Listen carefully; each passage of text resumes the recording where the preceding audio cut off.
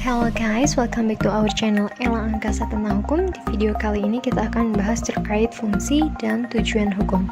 But before it, please don't forget to like, comment, share, and subscribe. Terima kasih banyak sebelumnya. Oke, langsung aja kita akan membahas terkait fungsi hukum terlebih dahulu ya. Jadi, hukum mempunyai fungsi menertibkan dan mengatur pergaulan dalam masyarakat serta menyelesaikan masalah-masalah yang timbul.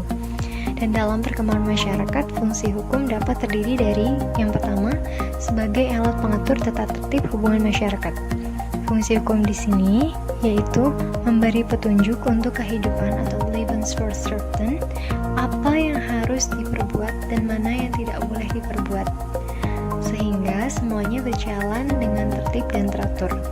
Karena hukum mempunyai sifat mengatur tingkah laku manusia, baik pemerintah maupun melarang dengan cara memaksa agar kesemuanya dapat ditaati. Sebagai contoh, orang yang menonton sama-sama mengerti apa yang harus dilakukan, seperti memberi karcis harus antri. Kemudian, bila pertunjukan sudah selesai, para penonton keluar lewat pintu yang sudah ditentukan. Semuanya berjalan tertib dan teratur, karena semua sama-sama mengerti dan mentaati peraturan-peraturan yang telah ditentukan.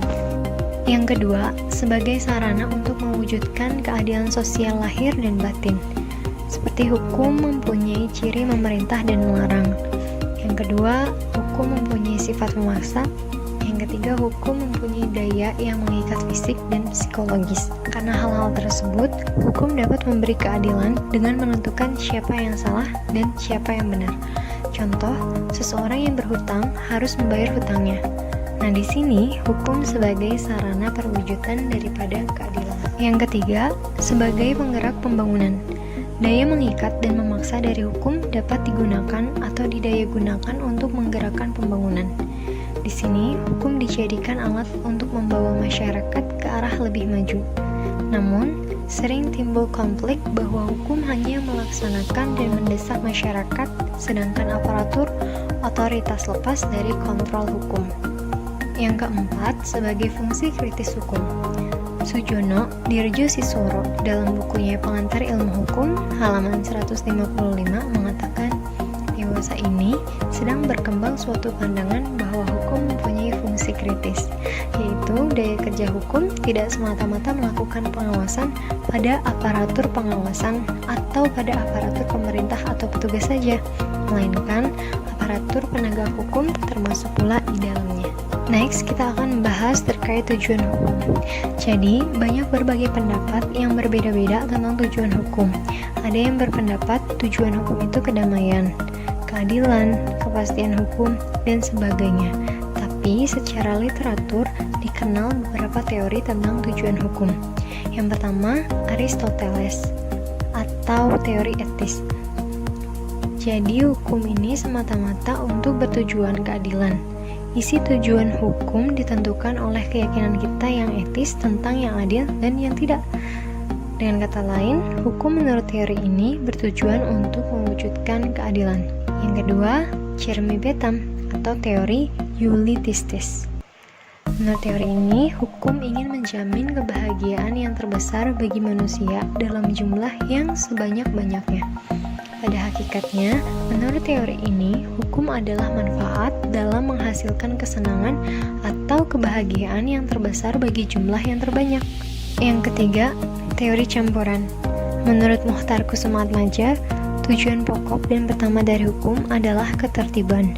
Kebutuhan dan ketertiban ini merupakan syarat pokok atau fundamental bagi adanya suatu masyarakat yang teratur. Dapat kita simpulkan bahwa fungsi dan tujuan hukum pada hakikatnya untuk mengatur tata tertib agar tercapai suatu keadilan. Tapi, sebenarnya apa sih yang disebut dengan keadilan itu sendiri? Berbicara tentang keadilan, Aristoteles atau filsuf Yunani yang termasyhur dalam tulisannya Retorika membedakan keadilan dalam dua macam. Yang pertama, keadilan distributif atau justitia distributiva. Suatu keadilan yang memberikan kepada setiap orang didasarkan atas jasa-jasanya atau pembagian menurut haknya masing-masing. Keadilan distributif ini berperan dalam hubungan antara masyarakat dengan perorangan. Sebagai contoh, seorang pekerja dapat upah 100.000 per harinya, maka ia akan mendapatkan upah sebanyak 500.000 apabila ia bekerja selama 5 hari. Jadi intinya, keadilan distributif ini menuntut bahwa setiap orang mendapat apa yang menjadi hak atau jatahnya. Yang kedua, keadilan kumulatif atau justitia cumulative. Suatu keadilan yang diterima oleh masing-masing anggota tanpa mempedulikan jasa masing-masing. Contoh, dalam organisasi perusahaan terdapat beberapa bagian seperti bagian personalia, bagian umum, bagian keuangan yang terbagi dalam seksi kas, deposito dan jasa, dan lainnya. Pada seksi kas, pagi-pagi sebelum kantor dibuka, telah mempersiapkan surat-surat, belangko-belangko, formulir-formulir, buku-buku pada jam kerja sampai tutup kantor. Ia sibuk sekali melayani nasabah-nasabah yang berdatangan, dan setelah kantor tutup, ia mengadakan penyelesaian administratif serta menyusun daftar laporan-laporan dan penutupan kas. Di seksi lain, seperti deposito dan jasa, mempunyai kesibukan yang sederhana.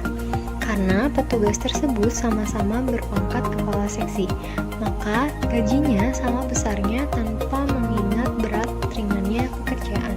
Oke, itu dia seputar fungsi dan tujuan hukum. Please don't forget to like, share, comment, and subscribe ya. Thanks for watching.